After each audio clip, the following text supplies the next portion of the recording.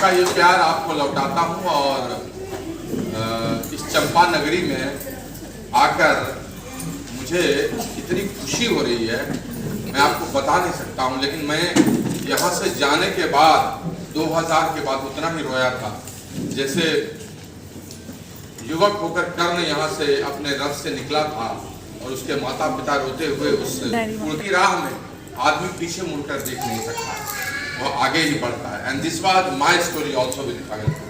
तो भागलपुर के लिए क्या प्यार है मैं तो बता ही नहीं सकता हूँ आपको। बार बार आती है मुझको मधुर याद बचपन तेरी, गया ले गया तू जीवन की सबसे मस्त खुशी मेरी, है ना। यहीं पर मैंने अपना बचपन देखा है, यहीं पर मोहल्ले का प्रेम मैंने इससे किया, यहीं मेरी फिल्म यश चोपड़ा और ऋषिकेश मुखर्जी जैसी मेरी जीवन की कहानी बनी। यहीं पर मैंने वो सब चीजें देखी जिसमें आदमपुर के उस CMS स्कूल में बैट लेकर जाकर प्रैक्टिस करता था अपने आदमपुर स्पोर्ट्स क्लब के लिए। यहीं पर मैंने उन सारे दोस्तों के साथ वो सब काम किया जो हर युवा करता है। परवत्ती की जलेबी और आदमपुर घाट की हरी सब्जी मैंने यहीं पर खाई और उल्टापुर के उस तरफ जाकर चूड़ा लाना और दुधेश्वरनाथ पर जाकर लस्सी पीना, वो सब तो यहीं की याद है और कहाँ की याद है। और वो सब कोई कैसे भूल सकता है, क्योंकि भागलपुर रेशम नगरी है ही इतनी सुंदर कि यहाँ पर जो भी आता है वो यही का होकर रह जाता है। गंगा किनारे शायद भारतवर्ष में इतना सुंदर कोई शहर नहीं है जितना सुंदर भागलपुर है, ये मैं दावे के साथ कहता हूं।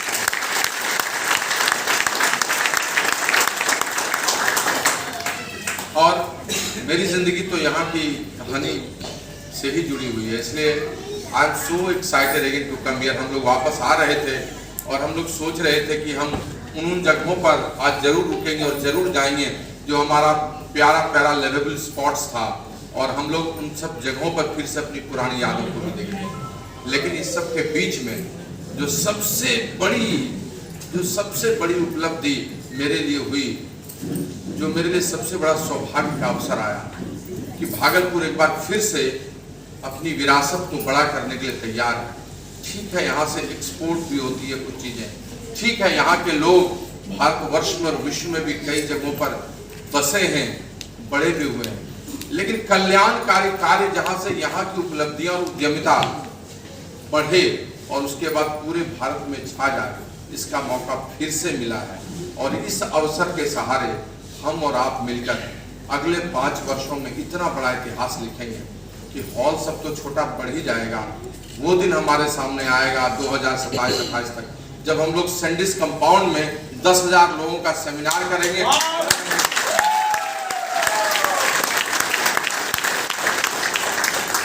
आज आपके साथ कोई बड़ी मैसेज और संदेश और ये सब बात करने नहीं आया हूँ। आज बात करूंगा सच में फिर से बहुत सारे नए लोग होंगे अपने बिजनेस में बड़े होने की कहानी 25-30 मिनट की, क्योंकि आज इमोशनल हो गया हूँ तो आज रैली ही सही, कुछ वो बातें जो बातें आपके दिल को छुए, कैसे मैंने इस बिजनेस को बिल्ड किया।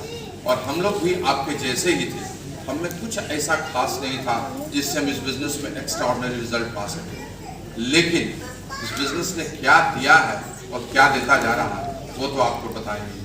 क्योंकि और कोई विश्वास करे या न करे, आप तो जरूर विश्वास करेंगे कि मैं जब इसी आदमपुर भागलपुर से पला बढ़ा, और अगर मेरे जैसा शख्सियत भी भागलपुर से उठकर विश्व तक जा सकता है तो आप में से हर एक आदमी क्यों नहीं।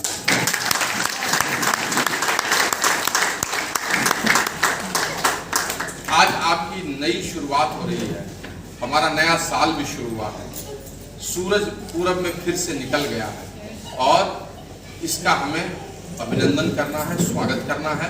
जो ये नई सफलताएं आपको मिलने वाली, आ रही रवि की सवारी, नवकिरण से रथ सजा है, कली कुसुम से पथ सजा है, बादलों के अनुचरों ने स्वर्ण की पोशाक धारी, आ रही रवि की सवारी। तो आज हम लोग नई सवारी पर चलेंगे। हम दोनों को आप जानते हैं और आप में से अधिकांश लोग जो नहीं पहचानते हैं तो उनको बता दूं कि मेरा नाम प्रेमवत है। कुछ लोग तो यहाँ मुझे बबलू के नाम से भी जानते होंगे। और अब हमारे बैच का सब लड़का बाहर चला गया है, अच्छी अच्छी जगहों पर पदस्थापित है और शायद यहाँ लौट कर लोग कम आते हैं। लेकिन भगवान ने मुझे ऐसा अवसर दिया कि मैं यहाँ बार बार नौकरी करा सकता हूँ। मेरी शिक्षा दीक्षा भी यहीं हुई और मेरी कहानी भी कहलगांव और भागलपुर में हुई। सब कुछ यहाँ पर हमारा हुआ। यहीं बगल में इस मोहल्ले में गंगा घाट के किनारे रहता था और टिपिकल मिडिल क्लास का लड़का था। 4 भाई 2 बहन, पिता प्रोफेसर, जूझते रहते थे। सैलरी इतनी थी, खर्च इतना सारा था, लेकिन उसी बीच में संस्कार मूल्यों को देते हुए हमें अच्छी पढ़ाई करा रहे हैं। हमें भी यह सब पता नहीं था कि जिंदगी में क्या अचीव करना है, कहाँ जाना है, लेकिन इतना पता था मिडिल क्लास वैल्यूज के साथ कि थोड़ी अच्छी पढ़ाई कर लेनी चाहिए। माँ की छड़ी हमेशा डराती थी और थोड़ा स्किन भी सेंसिटिव था कि क्लास में पीछे नहीं आए, आगे बैठे, पहले बेंच और दूसरे बेंच के विद्यार्थी बने, तो इसलिए पढ़ाई करते थे। लेकिन मस्ती भी बहुत किया करते थे, ऐसा नहीं था कि मस्ती नहीं करते थे। अच्छी पढ़ाई की, मैट्रिकुलेशन किया। आप लोग कितने लोग जानते हैं वो शारदा पाठशाला कहलगांव से भागलपुर में TNB कॉलेज में एडमिशन। पिताजी यहीं आ गए थे, प्रोफेसर थे और हम लोग पढ़ाई करने में भी लग गए, खेलने में भी लग गए। और युवावस्था में कितने सपने लोग देखते हैं आप जानते हैं। यहीं बैठकर बड़े बड़े सपने देखता था। किताबों को तो पढ़ता था, लेकिन मन में आता था कि आखिर लोग खूब अच्छी गाड़ियों में कैसे चलते हैं, आखिर लोग इंटरनेशनल फ्लाई कैसे करते हैं। उस समय 2000 के दशक के पहले की एक कहानी थी, इसलिए हमारे समय में महाभारत रामायण टीवी सीरियल्स आ गए थे। बुनियाद सीरियल हम लोग देखते थे। 10 बजे रविवार को पूरा रोड खाली हो जाता था और हम लोग उस संस्कृति में घुस गए थे और बड़ा अच्छा लगता था। वो ताना मारा बहुत अच्छा लगता था। लेकिन धीरे धीरे जीवन बदलता जा रहा था। मैं इंजीनियरिंग में चला गया, इंजीनियरिंग की पढ़ाई की 4 साल 5 साल की और बेस्ट एजुकेशन। उस समय मुश्किल से उंगलियों पर गिने हुए 4-5 इंजीनियरिंग कॉलेज थे, बिहार और झारखंड मिला के जो हमारा एक था। मुश्किल से 4-5 मेडिकल कॉलेज थे। तो जो लड़के क्वालिफाई कर जाते थे, आप समझिए कि क्या उसका वजूद होता था। और उस पढ़ाई के साथ मैं उत्तरोत्तर आगे बढ़ रहा, अच्छा कर रहा, लेकिन मन में बहुत सारी अभिलाषाएं थी, वो प्रकट नहीं हो रही थी। कैसे करें, क्या करें। उसी बीच फाइनल ईयर जाते जाते मेरे घर के ठीक बगल में हमारे फादर इन लॉ जो नहीं रहे, उनका ट्रांसफर हुआ था, वो भी आ गए थे और सुनीता का वहाँ पर प्रवास हो गया, फिर वास हो गया। और इंजीनियरिंग कॉलेज से लौट कर आने के बाद वो जो गलियों का प्रेम होता है देखकर, वो मेरे भी परवान चढ़ा। मेरे सब भाई मुझे बहुत चढ़ाते थे और उसमें एक हीरोइक स्टाइल में आदमी को लगता था कि हम भी दिखा दें करके। मैंने प्यार क्या फिल्म आई थी, हाँ, दिल दीवाना बिन सजना के माने ना, ये पगला है। और उस समय का प्यार आज की प्यार की तरह नहीं था कि सोशल मीडिया से शुरू हुआ और 5 दिन में लोग मिल लिए और 7वें दिन में उनके साथ बैठकर रेस्टोरेंट में कैफे पी रहे। वहां तो चिट्ठी भी भेजना अपने आप में हिमालय पे चढ़ने के बराबर था। इसी तरह अपने किसी भाई को जुगाड़ करते थे, वो चिट्ठी लेकर जाए तो पीर बाबा पर जलेबी चढ़ाते थे और प्रसाद की तरफ भेजने के लिए जलेबी के नीचे में चिट्ठी डालते। और किसी दिन प्रेमिका का दर्शन हो जाए तो उस दिन सवेरे से रात तो फिर कहिए क्या बात है। This was the scenario in which we were living and we lived our life in that way, frankly speaking. लेकिन उसकी खूबसूरती और उसका मजा जो था वो कुछ नहीं था। नहीं, किसी ने गुलजार ने लिखी थी, बड़ा अच्छा गीत लिखा है कि हमने देखी है उन आंखों की महकती खुशबू, प्यार से इसे छू के रिश्ते का इंसान न दो। कितनी अच्छी बातें, कितनी अच्छी पंक्तियां हैं। तो वो मध्यवर्गीय जीवन, हम यशपाल, हम अज्ञेय और हम उस समय के समकालीन कथाकारों के कहानियों के पात्र थे, क्योंकि हम सब वैसे ही रहते थे। लेकिन दोस्त, जीवन इतना निर्मम होता है कि आपको वो हकीकत के रास्ते पर हमेशा लाता है और आपको चलना पड़ता है। 90 में हम लोगों की शादी हो गई। वो शादी भी एक विशाल में फाइनल इंजीनियरिंग में था और हम लोगों ने धूमधाम से शादी की। लेकिन जीवन उसके बाद कड़वा होता चला गया। पास आउट होने के बाद लगा था अब तो मैं पास करूं और दुनिया मेरी मुट्ठी में। लेकिन बाद में हकीकत पता चला कि अब तो फिर तैयारी करनी होगी, फिर इंटरव्यू देना होगा। खैर वो भी किया। फिर उसके बाद लगा कि नहीं, ये नौकरी बहुत अच्छी नहीं है, ये नौकरी अच्छी होनी चाहिए, इसमें तो इतने पैसे मिल रहे हैं। तो सिविल सर्विसेज की तैयारी करने लगे और सब हमारे मित्र कोई NTPC का IISc में चले गए, मैं टाटा स्टील, इंडियन एयरफोर्स सबको छोड़कर फिर से चौधरी टोला कि उस चौकी को तोड़ने लगा और तैयारी करने लगा। एक आध दशहरा, छठ और दीपावली भी छूटा है ना, डिस्ट्रैक्शंस को कम करने के लिए। और दोस्त सिविल सर्विसेज में भी क्वालिफाई कर गए, अच्छी नौकरी मिल गई, बिहार वित्त सेवा में आ गए, और तब लगा अब तो सब कुछ बदल गया। लेकिन दोस्त सब कुछ नहीं बदला था। हाँ, दशक जरूर बदल गया था। 90 के दशक में जो चीजें रेलिवेंट थे अब वो इररेलिवेंट हो रहे थे। वो HFT घड़ियां अब कोई नहीं पहनने लगा था, एम्बेसडर को कोई नहीं देखने लगा था, डायनोरा टीवी अब इररेलिवेंट हो गया था, कोडैक की अंतिम सांसें गिन रहा था, और हमारा बजाज, हमारा प्यारा बजाज अब उसको कोई नहीं देख रहा था। टेक्नोलॉजी पीछे जा रहा था और एक नई इबादत लिखी जा रही थी। इंटरनेट से, मोबाइल से, LCD से, सोनी, हुंडई, टोयोटा, ये सब जन्म ले रहा था। एक नई कहानी आ रही थी, बाजार भी बदल गया था। और तब मैं अपने आप को चीटेड फील कर रहा था। मुझे लगता था मैंने इतनी पढ़ाई की, सब कुछ किया, लेकिन वो सब कुछ क्यों नहीं मेरे पास? मेरे पास था, लेकिन सब कुछ थोड़ा थोड़ा था। वो नहीं, वो निकाह एक फिल्म आई थी उस समय, तो उसका एक गीत है कि हम वफा करके भी तन्हा रह गए, दिल के अरमा आंसुओं में बह गए। तो अच्छा जिंदगी था, ऐसा नहीं था कि कुछ खराब था, लेकिन इतना भी बढ़िया नहीं था कि वो लाइफस्टाइल मेरी थी। सब कुछ था, लेकिन थोड़ा थोड़ा। मैं हमेशा बोलता हूँ कि मैं था किंतु हम नहीं थे। मैं अपनी जिंदगी तो नहीं चला पाता था। खुशियां थी, लेकिन खुशियों की थैली नहीं थी, और जीवन था किंतु जीवन शैली नहीं थी, लाइफस्टाइल नहीं था। जैसे चाहता वैसे जीवन जी नहीं सकता था। दौलत की सही परिभाषा नहीं थी। अमीर बनना एक अलग बात है, लेकिन दौलत पाना एक अलग बात है। और वो सारी चीजें मैं समझ चुका था, क्योंकि मैंने पढ़ाई खूब की थी, पिताजी ने संस्कार दिए थे, बहुत सारी किताबों को देखा था, तो जीवन का रहस्य समझ में आ गया था। यह भी समझ में आ गया था कि एक ही जिंदगी है, एक ही बार जिंदगी मिली है, और मौका इसी में खोजना है। अक्सर मध्य वर्ग सबसे बड़ी गलती क्या करता है? एक तो उसको अपनी कमजोरियों से बहुत लगाव होता है, वो अपने आप को बदलने के लिए जल्दी तैयार नहीं होता है। 2 बार आप बोलिएगा कुछ नहीं, विद्वानों की फौज आपको मिलकर अलग तरह की चीज सिखाने लगेगी। वो अपनी कमजोरियों से बहुत लगाव रखता है। उसको चाहिए बहुत बड़ा घर, उसको चाहिए बहुत बड़ी जिंदगी, उसको चाहिए बहुत लोकप्रियता, उसको हस्बैंड वाइफ की कमराडरी बहुत अच्छी चाहिए, उसको लगे जैसे कि वो एकदम, जिसको कहते हैं कि आजकल हिट जो है रणबीर कपूर और आलिया भट्ट जैसे लगे। लेकिन वो कमराडरी के लिए दोनों उदारता, त्याग, समझौता करने के लिए तैयार होते हैं। चाहते सब कुछ है, लेकिन सवेरे उठना उनके लिए कठिन है, एक्स्ट्रा माइल 2 घंटे चलना कठिन है, अपने आप को अनुशासित करना कठिन है। ये सबसे बड़ी कमजोरी मध्य वर्ग की है। और दूसरी बात, वो सेकंड थॉट अपनी जिंदगी में देना नहीं चाहते। एक बार किसी चीज को कर लिए, कोई नौकरी, कोई बिजनेस, 2, 4, 5 साल कर लिए, अब उसको बदलने के लिए तैयार नहीं। जबकि दुनिया में कितनी चीजें कितनी बार बदल चुकी हैं, कितना डाइवर्सिफिकेशन लोगों ने किया है।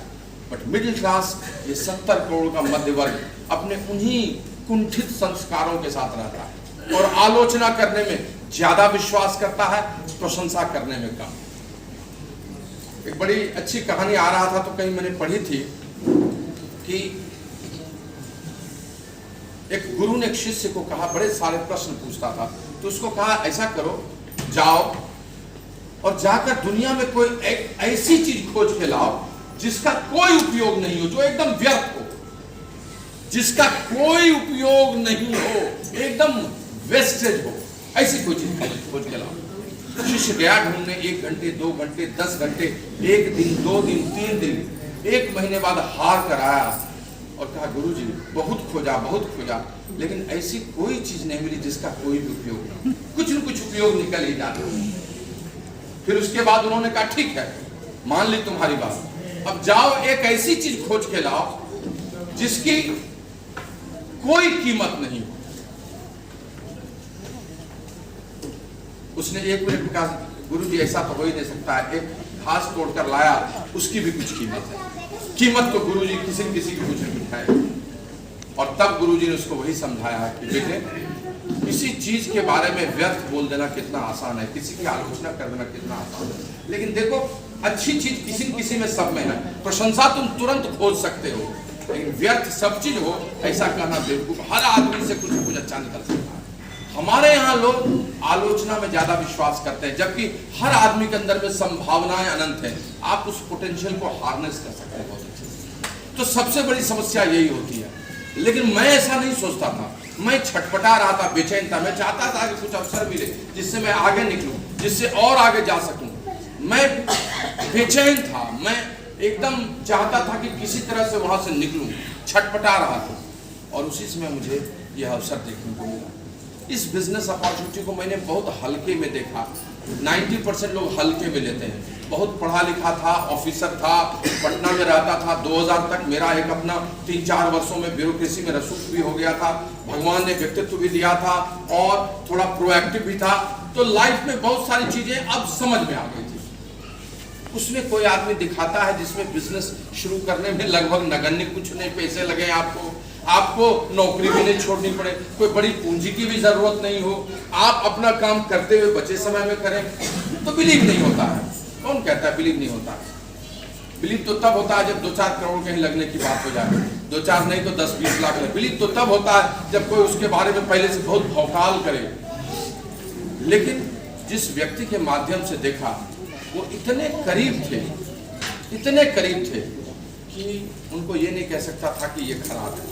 उनके घर पे गया दोपहर में, इस बिजनेस को देख, और मैं 2-3 लोगों के साथ बैठा। एक जर्नलिस्ट थे बैठे हुए, बड़े सीनियर जर्नलिस्ट थे, मैं था और एक और आदमी, 3 आदमी थे हम लोग। और बिलीव मी, आप विश्वास कीजिए, घुसते ही मुझे ऐसा लगा जैसे कुछ लोग किसी प्रोडक्ट्स को मुझे बेचने की कोशिश कर रहे हैं।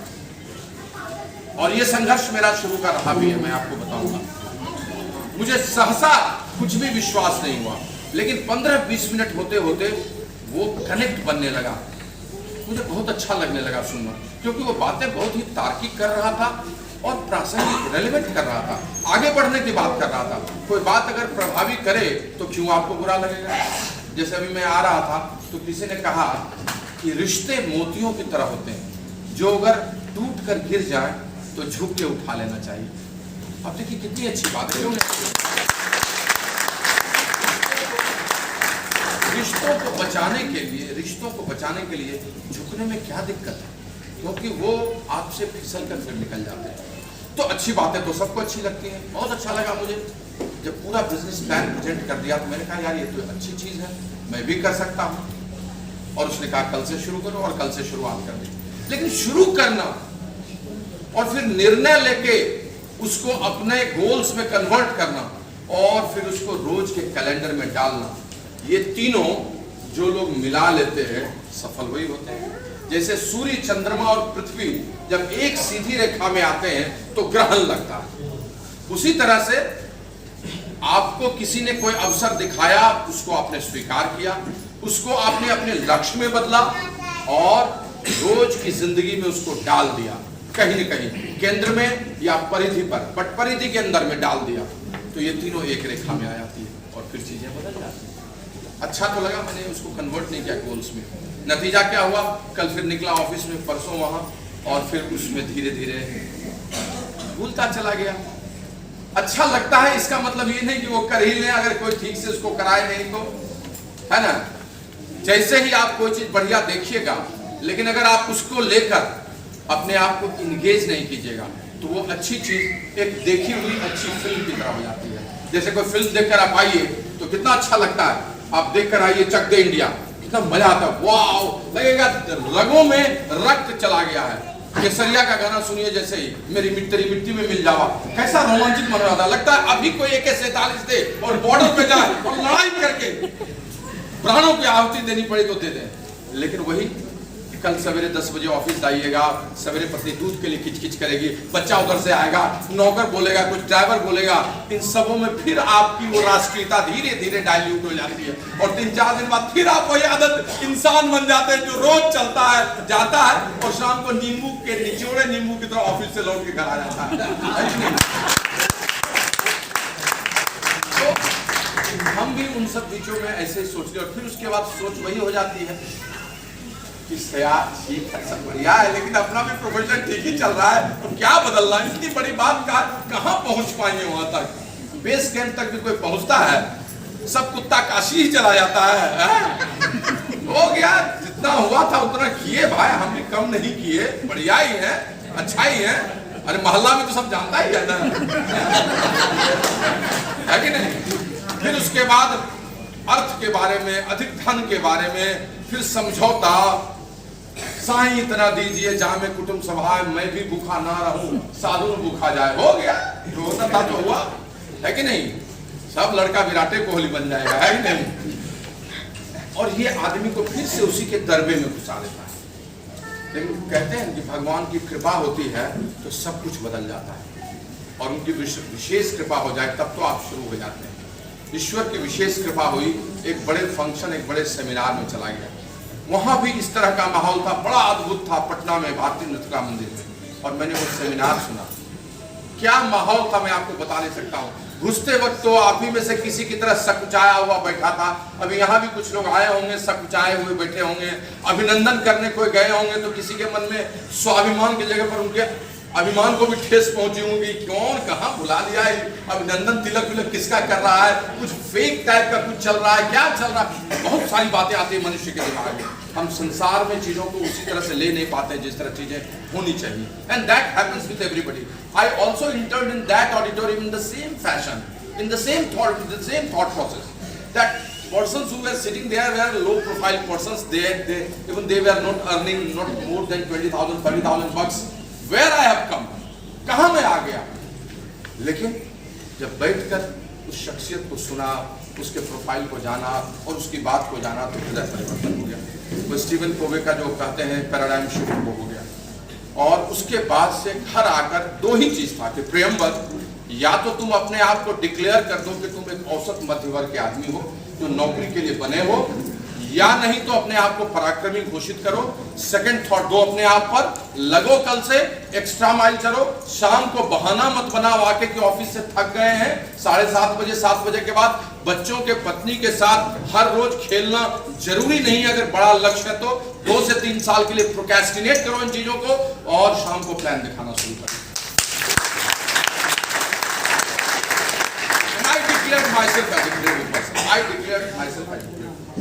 और फिर बातें बदल गई, फिर मैंने शुरू कर दिया। लेकिन जब तक शुरू नहीं किया था तब तक कुछ भी दिक्कत मुझको नहीं थी, कोई दिक्कत नहीं थी, यकीन मानिए। I was very good, I was मतलब in that way I was a happy person. गाड़ी थी, ड्राइवर था, जा रहा था ऑफिस, मजे से आ रहा था, असेसमेंट करता था, बड़े बड़े व्यवसायी आते थे, सबसे बात करता था, पान चुगलाता था, खाना खाता था, लंच करता था, शाम को सब जगह तफरी करता था, रात को मस्ती करता था।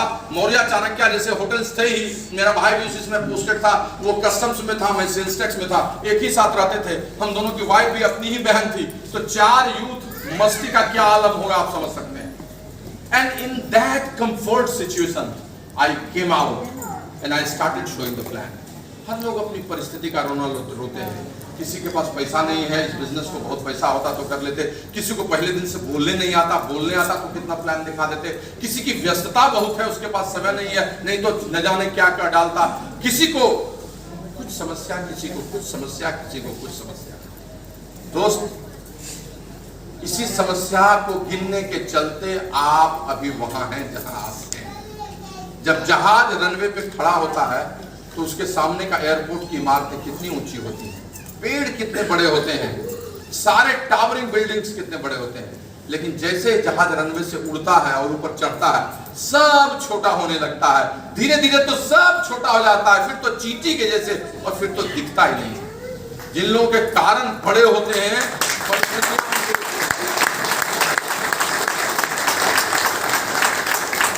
and I decided and I started।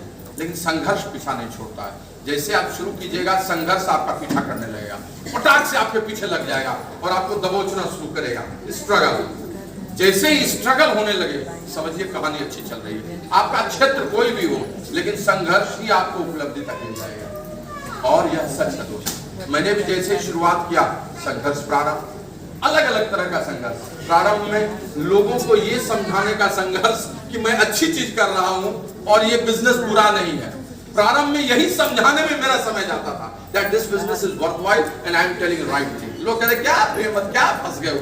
कुछ लोग तो ये भी कहा कि प्रेमत सस्पेंड में गया, हो गया है क्या?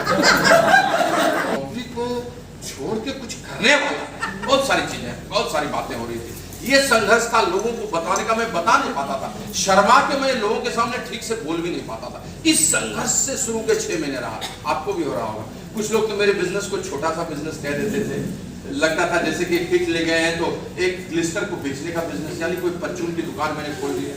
अब मैं उनको बताता क्या, कितनी बात किसको बताता, सबको। उनको लगता था कि मैं साबुन बेचता हूँ, soaps, I was selling soaps, but gentleman I was selling hopes. मैं तो आशाओं का सौदा। आदमी को किसी प्रोडक्ट्स के बारे में बताने में, उसको बेचने में शर्म लगती है, लेकिन वो अपनी जिंदगी भर अपना समय और अपनी प्रतिभा बेचते रहता है, इसमें कोई शर्म नहीं लगती है। हाँ? कोई शर्म नहीं लगती है। जिंदगी भर वो एक कॉन्ट्रैक्ट कर लेता है, उसमें कोई शर्म नहीं लगती है। दोस्त, आपका बेटा IIM अहमदाबाद से पास आउट करके 40 लाख के पैकेज में किसी कंपनी में जाता है और एक प्रोडक्ट बेचता है, आपको उसमें शर्म नहीं लगती है। लेकिन वो अपनी उद्यमिता के लिए निकलकर अपना बिजनेस बड़ा करता है, उसमें शर्म लगने लगती है। सोचिए क्या सोचा। अभी मैं अपनी बेटी के साथ बात कर रहा था तो मैंने पूछा उससे, मेरी बेटी भी बड़ी हो गया, विवाह है, करेंगे 1-2 साल, बेटा कैसा वर्क तुम्हारे लिए ढूंढे, तुम्हारी पसंद का। उसने अभी तक किसी से प्यार वार किया नहीं है, कुछ बात करे तो उसने साफ शब्दों में कहा कि अगर आपको बुरा नहीं लगे तो ऐसा वर्क ढूंढिएगा जो मेरे से, जिसको मेरे माता पिता अच्छे लगे, जिसको मैं अच्छी लगूं, और जो उद्यमिता की ओर जाना चाहे, जो एंटरप्रेन्योरशिप की ओर जाना चाहे। I like it। तो आज की बात है, लेकिन मैं उस समय की बात करता, मुझे ये सब कुछ पता नहीं था। ये पहला संघर्ष था। दूसरा संघर्ष था शुरू में कुछ लोगों को लाने का, वो लाने की शुरुआत की, प्लान दिखाने का, रिजेक्शंस को सुनने का। किसको सुनना अच्छा लगता है, नो जाइए तो। लेकिन बाद में किताबों में सब में पढ़ा कि रिजेक्शंस सफलता की सबसे पहली चीज है। बाद में समझा कि नौकरी के लिए 10 लाख लोगों में 9 लाख लोगों को रिजेक्ट किया जाता है, 9.5 लाख लोगों को रिजेक्ट किया जाता है। उनके रिजेक्शंस का तरीका प्रिलिमिनरी एग्जामिनेशन है, मेंस एग्जामिनेशन है। बाद में समझा कि इस दुनिया में जिन लोगों ने चेंजेस अपने अंदर में लाए हैं, उन लोगों ने रिजेक्शंस को सहा है। बाद में जाना कि दुनिया के सब बड़े लोग इसी प्रोसेस से गुजरे। कौन डेल कार्नेगी की किताब को पढ़ने जाता, उस पगले को जो बार बार फेल हो रहा था, यहाँ तक कि पत्नी भी उसको छोड़ के गई थी। कितना रिजेक्शंस। लिंकन को कौन राष्ट्रपति बनाने वाला था 50 साल पहले, कोई जानता, जो हर चुनाव में हार गया था। निराला की कविताओं को तो प्रेस और प्रकाशक लेते भी नहीं थे, जो सबसे बड़ी कवि हमारे अधुनातन साहित्य के हुए, उनकी कविताएं कोई प्रेस नहीं लेता था। इतना रिजेक्शन उन्होंने सुना। बनारस के पंडों ने तुलसीदास के इस रामचरितमानस को रिजेक्ट किया था। Can you believe it? This is all about. मैं जा रहा था, लास वेगस में था, बड़े ट्रिप में, तो हमारे साथ 45 साल से जो डायमंड ट्रिप में जा रहे थे और 55 साल से जो एयरलाइंस में जा रहे थे, Peter and Eva Miller, founders crown ambassador, उनके साथ यॉट में, पर्सनल यॉट में था, एंड वी वर एंजॉयिंग। तो उनसे मैंने पूछा कि जो एक चीज जिसको सबसे अधिक आपने एक्सेप्ट किया वो क्या था? उन्होंने कहा रिजेक्शंस। क्योंकि प्रेमत जानते हो, अगर रिजेक्शंस में नहीं लेता तो मैं फाउंडर्स क्राउन एम्बेसडर नहीं बनता। मैंने कहा कैसे? कहा प्रेमत जाओ घर में और एक एक्सपेरिमेंट कर लेना 1 साल, या किसी को एग्जाम्पल दे देना, तुम 2 बाल्टी खरीद लो, एक बड़ी बाल्टी, एक छोटी बाल्टी। जाओ तुम किसी को प्लान दिखाओ, या कोई भी चीज काम करते हो, प्लान दिखा के आओ। अगर वो नो बोलता है तो तुम 1 लोटा पानी बड़ी बाल्टी में डाल देना। कोई यस बोले तो 1 लोटा पानी छोटी बाल्टी में डाल देना, छोटी बाल्टी। और तुम्हारा उद्देश्य हो बड़ी बाल्टी को जल्दी से भर दो, और लगातार बड़ी बाल्टी में तुम लोटा से पानी दो। तो मैं प्लान दिखाता, नो नो नो, ज्यादा मिलता था तो बाल्टी उसमें देता था। बाल्टी का उन्होंने कहा कि जिस दिन तुम नो वाला बाल्टी भर दोगे, उसके कई महीने पहले यस वाली बाल्टी भरी होगी।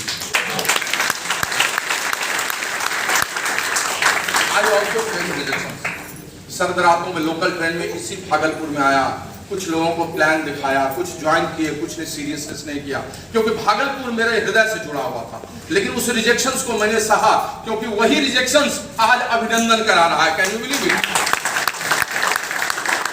लोगों को प्लान दिखाया, उनको बताया, उनको समझ में नहीं आया। बहुत सारे लोग आए जिन्होंने शुरुआत की, किंतु अपने कारणों से चले गए। लोग रिप्लेस होते रहे, लेकिन मैं रिप्लेस नहीं हुआ। लेग्स को मैंने रिप्लेस कर दिया, लेकिन मुझे कोई रिप्लेस नहीं कर सका। दुनिया की सबसे बढ़िया कृति, सबसे बढ़िया सृजन जो है वो संतान है, बच्चे का पैदा होना, इस संसार में आना। लेकिन बच्चे के पैदा होने के लिए जिस एक कारण को सबसे अधिक दिया जाता है वो है प्रेशर, रिजेक्शन। डिलीवरी रूम में डॉक्टर्स नेचुरल नॉर्मल बर्थ कराना चाहती है और कहती है और जोर लगा, और जोर से रिजेक्ट करो। वो बच्चे को अगर एक्सेप्ट करके रख लेगी तो बच्चा पेट में ही रह जाएगा, लेकिन वो रिजेक्ट करती है और जिस मोमेंट में सबसे ज्यादा रिजेक्शन होता है बच्चा उसी में निकल के बाहर आता है।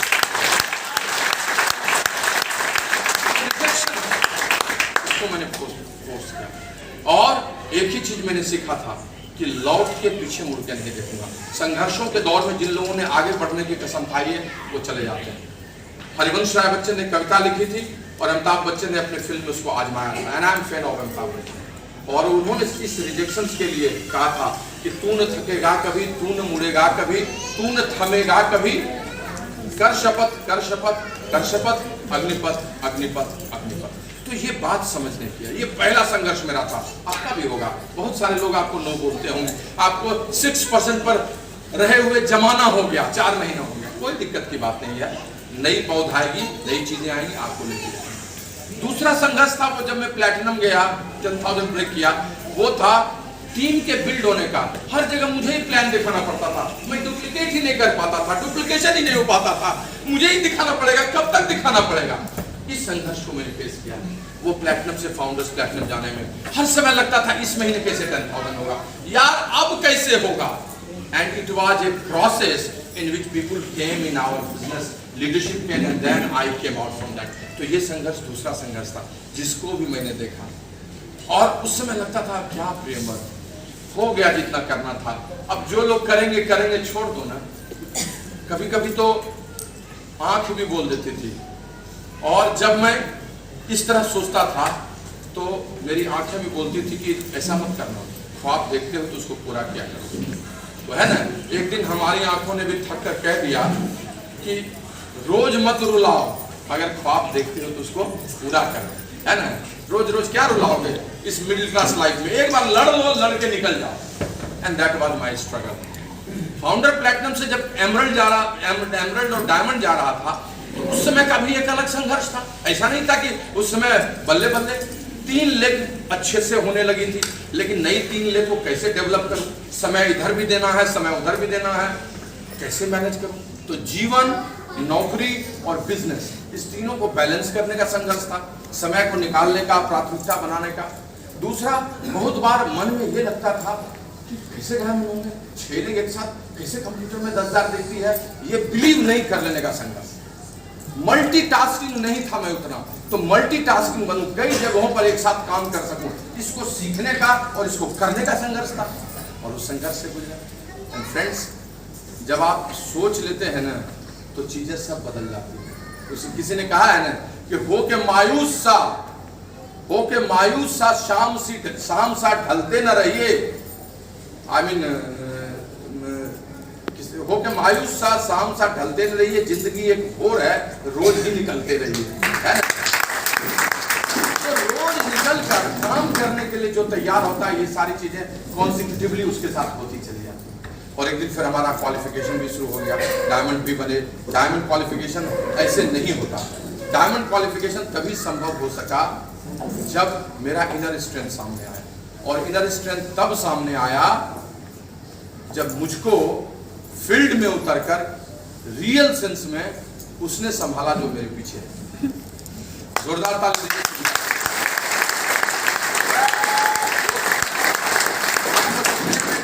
आपको दिखने में मैं 6 फीट 2 इंच 2.5 इंच का लगता हूँ, अच्छा भी लग रहा होगा, लेकिन इसके पीछे मैं बहुत अनऑर्गेनाइज्ड आदमी हूँ। मुझे अपनी गंजी भी ठीक से खोजने नहीं आती है और एक कप चाय भी नहीं बनाने आती है, सही नहीं होता। 3 बच्चे हैं सुंदर से, भगवान की ऊपर वाले की असीम कृपा है। 2 बेटी और 1 बेटा है, सब लाडले हैं। They are fantabulous, I am proud of that. हर जन्म में ऐसा ही बेटा बेटी मिले, आई जस्ट विश दैट। इतने अच्छे हैं, दे आर डूइंग वंडर्स। उन तीनों को संभालना, मैं अपने माता पिता से बहुत प्यार करता हूँ और मेरी अभिलाषा थी कि मेरे माता पिता की जो अभिलाषा हो, जो बोले वो सब पूरा करते रहो। With God's blessing I am doing that.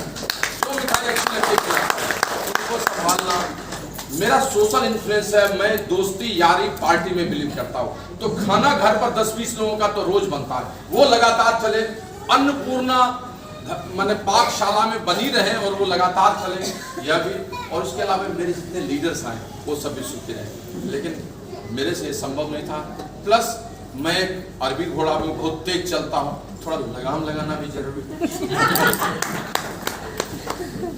इस सब को करने के लिए शी इज परफेक्ट, और उसने संभाला, और तभी मैं इन सबों से मुक्त होकर डायमंड शिप कर सका। शी इज ऑल्सो बेटी of Bhagalpur, she also born and brought up here, and she is doing wonders in our team. और आज के डेट में जो चाहे वो ये पाती है, और मैं भी बहुत खुश हूँ। And she is here to say to you not messages, rather more blessings. जोरदार तालियां दीजिए।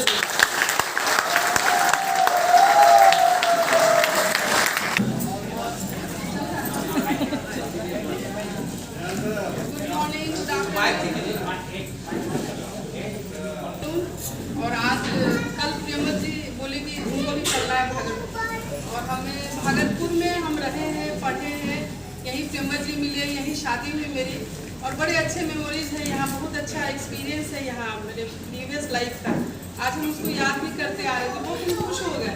और तो अभी घर से निकलना आसान नहीं था, क्योंकि मेरी कुक जो है वो अभी छुट्टी पे है, उसको बेबी हुआ है, तो घर में इतने लोग, 3 बच्चे हैं, माँ पापा है, मेरे को लग रहा था कैसे हम छोड़ के निकलेंगे। तब भी हम छोड़ के आए यहाँ पे, क्योंकि हमेशा से लगता था कि भागलपुर जाएं, और एक यही बहाना दिखता था मुझे इस बिजनेस के थ्रू हम आ सकते, क्योंकि कोई रिलेटिव यहाँ पे नहीं है, कोई नहीं रहते हैं जिनके यहाँ हम आएंगे, बट इतने रिलेटिव है जहाँ पे हम आ सकते हैं।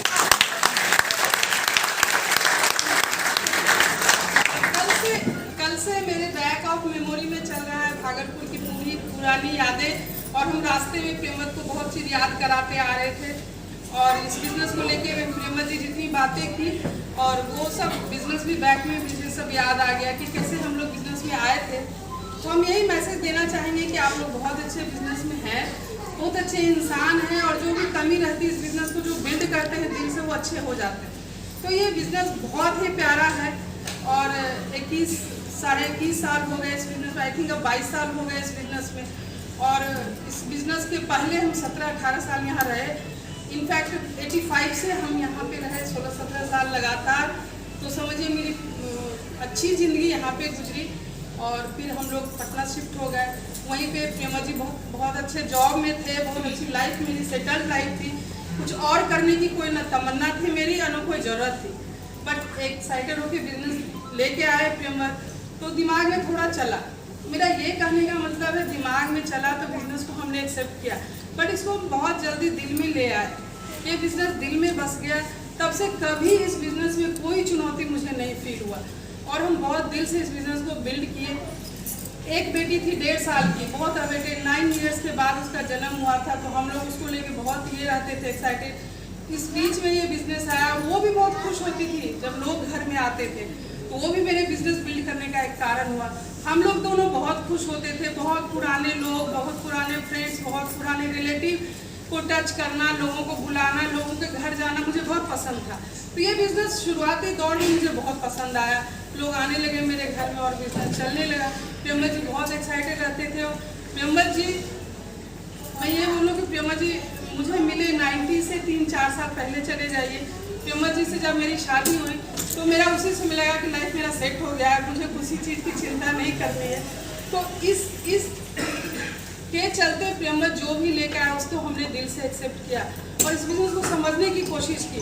प्रियमत ये बिज़नेस भाग रहा था, मुझे कुछ समझ में नहीं आ रहा था, बट इसके प्रोसेस में मुझे बहुत इंजॉय कर रहे थे इस बिज़नेस को। और जब बहुत जल्दी हम लोग सिल्वर चले गए, एक चेक भी आया, तब हम थोड़ा सीरियस हुए कि इस बिज़नेस को हमको समझ के करना होगा और इस बिज़नेस को हम कंटिन्यू करें तो हम भी बराबर में आपकी तरह, हम नौकरी की तरह कुछ कमा सकते हैं, सपोर्ट कर सकते हैं, हम दोनों मिल के करें। क्योंकि प्रियमत का बहुत चैलेंजिंग और बहुत डिमांडिंग जॉब था, तो प्रियमत अपनी जॉब में बिजी रहते थे और बहुत ही बीच में निकल के इस बिज़नेस को भी बिल्ड करते थे। बहुत एक्साइटमेंट का माहौल रहता था घर में और ऐसे करके हम लोग डे टू डे आगे बढ़ते गए। फिर सेकेंड वाली बेटी हुई, फिर बेटा हुआ, जब डायमंड शिप था उसी समय बेटा हुआ और हम लोग डिसाइड करते गए और डे टू डे अपने फील्ड को लेते गए। प्रियमत चैलेंज जब बहुत ज़्यादा हो गया और इधर बहुत सेटल हो गया लाइफ, तो अपने जॉब को भी छोड़ दिए। और आज हमको याद आ गया प्रियमत जैसे बताया, कुछ लोगों को सच में लगता था कि जॉब में ही कुछ चैलेंज आया जो ये नौकरी इतनी बड़ी नौकरी को कैसे छोड़ सकता है इतनी आसानी से।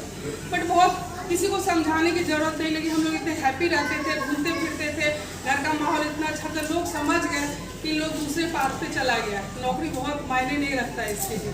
और ऐसे करके लाइफ चेंज हो गई और इस बिज़नेस को हम लोगों ने बहुत दिल से लिया और इस बिज़नेस को बिल्ड किया। हम प्रकाश भैया को नमन करते हैं कि इतना अच्छा संस्कार दिए यहाँ के बिजनेस के लोगों को। आज हम बहुत इमोशनल हो गए थे।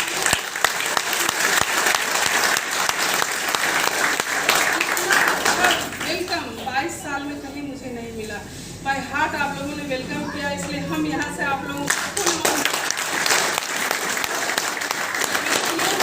जितने कपल हैं, जितनी लेडीज है, इस वेलकम के लिए इस बिजनेस को बिल्ड कर लीजिए, सब मिल जाएगा। किसी ने आपको दिया, उसमें आप एक्साइटेड हो कि इस बिजनेस को लिए, आपको लगता है कि हम भी डायमंड जा सकते हैं, हम भी देश विदेश घूम सकते हैं, हमें भी एक्स्ट्रा मनी आ सकता है, बहुत एक्साइटेड रहते हैं। बस 2-4 दिन में वो एक्साइटमेंट भी ठंडा हो। बट इस बिजनेस को आप तभी समझेंगे जब इस बिजनेस को आप बिल्ड करेंगे। ये बिजनेस कोई ना एक दिन में, एक महीना में, एक साल में कोई नहीं आपको समझा सकता। आप जब अपने तरीके से इस बिजनेस को दिल से और दिमाग से जब एक्सेप्ट करेंगे और बिल्ड करेंगे, तभी आप इस बिजनेस को समझ पाएंगे। हम तो लकी को ये बोलते हैं कि अगर ये सब लाल ड्रेस पहनी है, अगर हमें भी बोल देती थी इसी के रंग में हम भी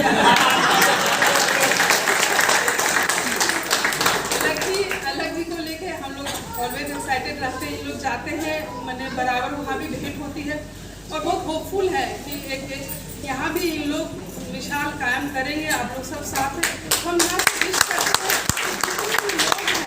जितने भी लोग हैं, जिस भी लेवल पे है, वो कोई मतलब नहीं रखता है। बट जिस समय से आप डिसाइडेड हो जाएंगे, हस्बैंड वाइफ एक यूनिट बना के इस बिजनेस को बिल्ड कीजिए।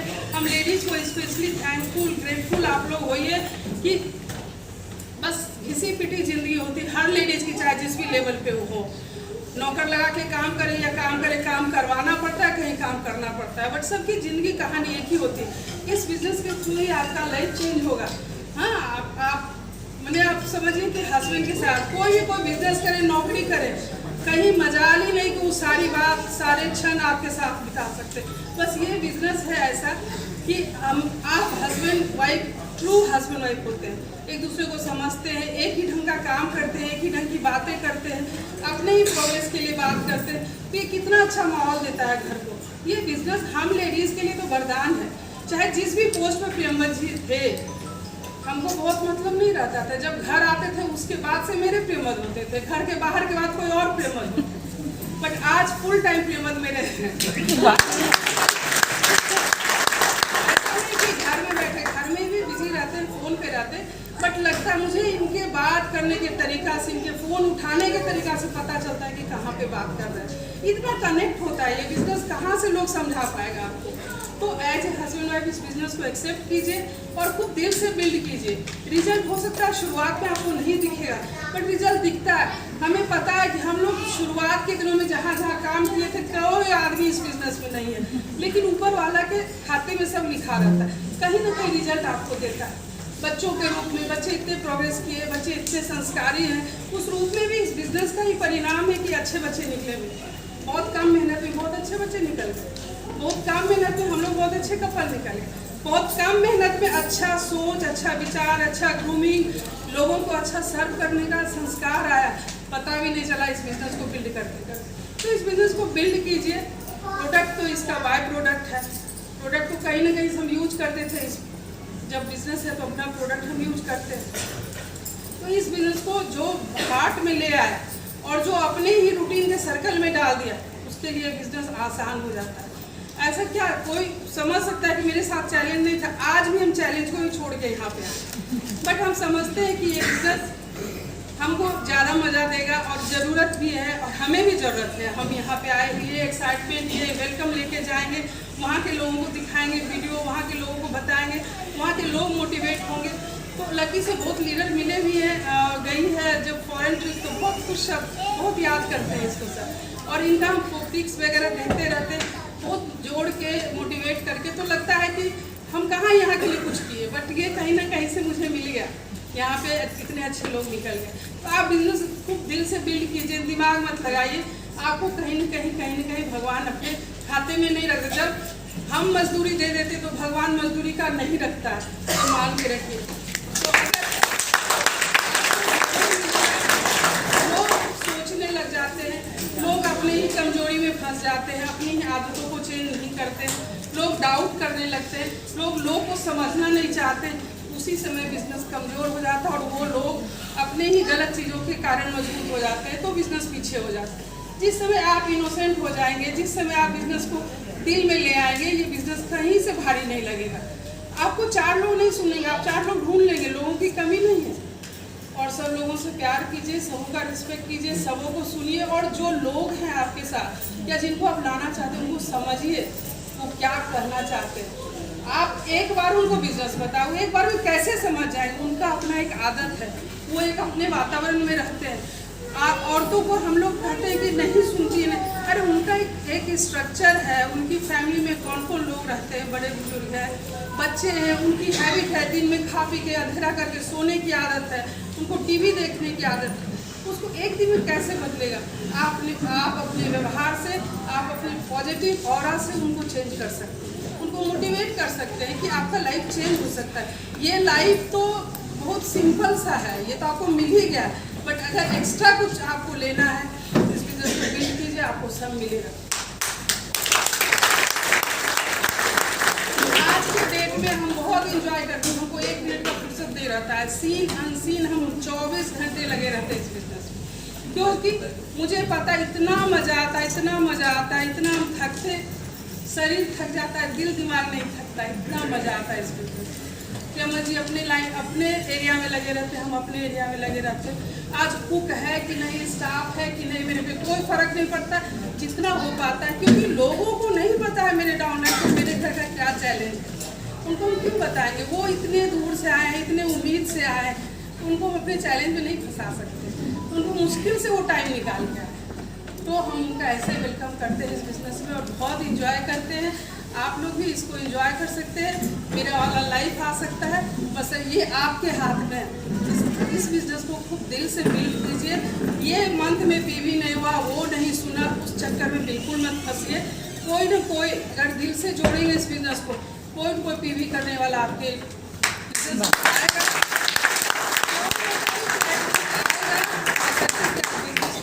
लगा के रखिए और खूब दिल से बिल्ड कीजिए। हर रूप में आपको परिणाम दिखेगा।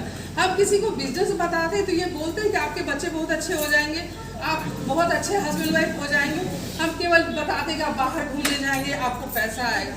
बट ये क्यों होता है? घर में भी इतने पॉजिटिव हो जाते हैं और इतने यूनाइटेड हो जाते हैं, जो बच्चे देख देख के बड़े खुश होते हैं और बच्चे बहुत अच्छे बच्चे बन जाते हैं। उसका कोई सिलेबस नहीं है, और जो सिलेबस लेके पढ़ाते हैं उनके बच्चों का चांस कम अच्छा होने का होता है। बट ये बिजनेस से जो जुड़े हुए हैं और जो बिजनेस को दिल से बिल्ड करें, उनके बच्चे तो अच्छे होने ही होने। तो आप लेडीज को हम लोग अभी भी सुनने को मिलता है कि नहीं अभी फुर्सत नहीं है, बच्चों से जब फ्री होंगे तो करें। अरे बच्चों में भी कंट्रीब्यूशन होगा इस बिजनेस को बिल्ड कर लो। हाँ, बच्चों को भी पता है कि मम्मा भी सीरियस है, मम्मा को भी कुछ कोई लेवल पे जाना है, मम्मा को अभी कोई गोल है लाइफ में, मम्मा भी बहुत फुर्सत में नहीं है, मम्मा भी बिजी है, तो अभी उन पे अच्छा ही असर जाएगा। तो हम ये लोगों को बताते हैं और वो जो लोग अप्लाई करते हैं वो सक्सेस होते हैं इस बिजनेस में। तो हम यहाँ से बहुत बहुत खुश हैं आज और एकदम हम दिल से आशीर्वाद देते हैं कि सब खूब ग्रो कीजिए और हम फिर बार बार आए यहाँ पे।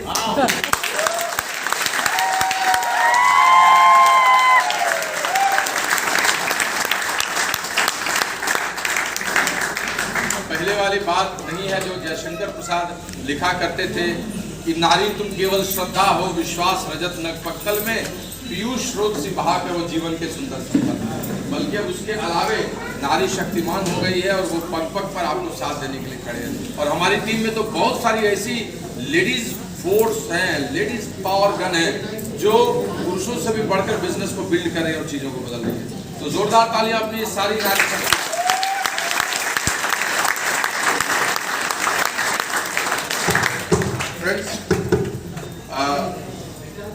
संघर्ष के बाद उपलब्धि का जब जखीरा आता है तो जिंदगी बदल जाती है।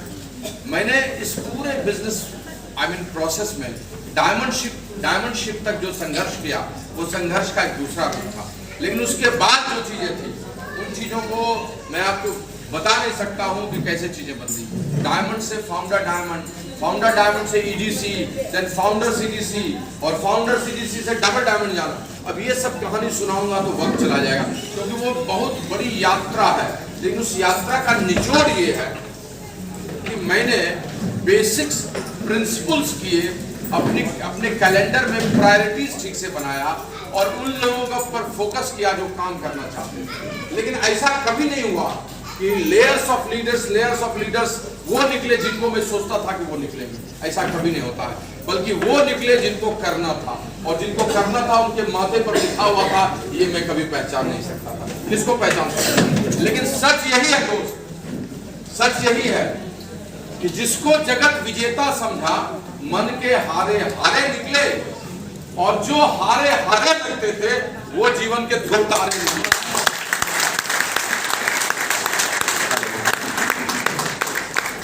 किस लेग में कितने लोग निकल जाएंगे और कौन निकलेगा, ये पहले दिन कोई प्रेडिक्ट नहीं करता।